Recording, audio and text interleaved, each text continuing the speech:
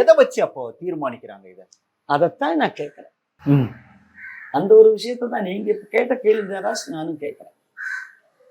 எதை வச்சு தீர்மானிக்கிறாங்க, எந்த அடிப்படையில தீர்மானிக்கிறாங்க, அந்த டவுட்டு தான் கேட்டேன். இப்ப நான் அந்த மாதிரி ஒரு சூரரை போற்றுங்கிற படத்துல வந்து சப்போர்ட்டிங் ஆக்ட்ரஸ் அப்படிங்கிற கேட்டகரியில வரக்கூடிய ஒரு கேரக்டர்.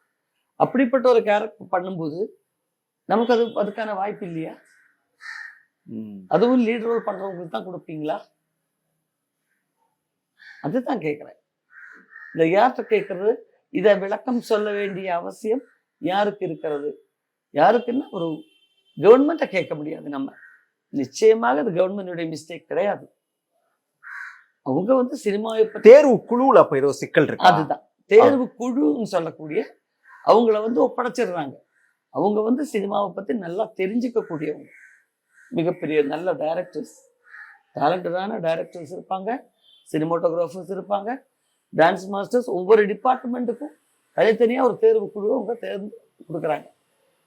அப்படின்னும் போது அந்த குழு கிட்ட தான் நான் கேட்குறேன், ஒரு விளக்கம் சொல்லுங்க. இந்த காரணங்கள் வயசுங்கிற ஒரு விஷயத்தை தான் வச்சு இதை முடிவு பண்றாங்களா? அதுதான் தெரியலையே. அதைத்தான் கேட்குறேன். இந்த ஒரு வயசுக்கு மேல உள்ளவங்களுக்கு இந்த அவார்டு தான் கொடுப்போம் அப்படின்னு இருக்கா? அதை நீங்க சொல்லிட்டீங்கன்னா போதும்னு தான் கேட்குறேன். நீங்க கொஞ்சம் சொல்லிட்டீங்கன்னா நமக்கு திருப்தியா இருக்கும். அதைத்தான் கேட்குறேன். நடிப்பு ஏதாவது வயதுக்கு சம்பந்தம் இல்லாத ஒரு விஷயம் நடிப்பு. மற்ற ஸ்போர்ட்ஸ்லேயே ஆகட்டும், மற்ற எல்லா இடங்கள்லையும் வயதுங்கிறது ஒரு சமாச்சாரம் இருக்கு. இந்த வயசுல இருந்து இந்த வயசு வரைக்கும் லிமிட் இருக்கு.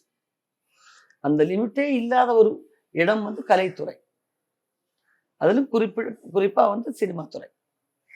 அப்போ எந்த விதத்தில் நீங்க எந்த வயசுல இருந்து எந்த வயசு வரைக்கும் அப்படிங்கிற மாதிரி ஏதாவது இருக்கா? கலையில அப்படி முடிவு பண்ண முடியுமா வயசை எல்லாம்? இது வரைக்கும் கிடையாது. இப்போ அப்படி இருக்கான்றது நான் என்னுடைய டவுட்டை கேட்கிறேன்.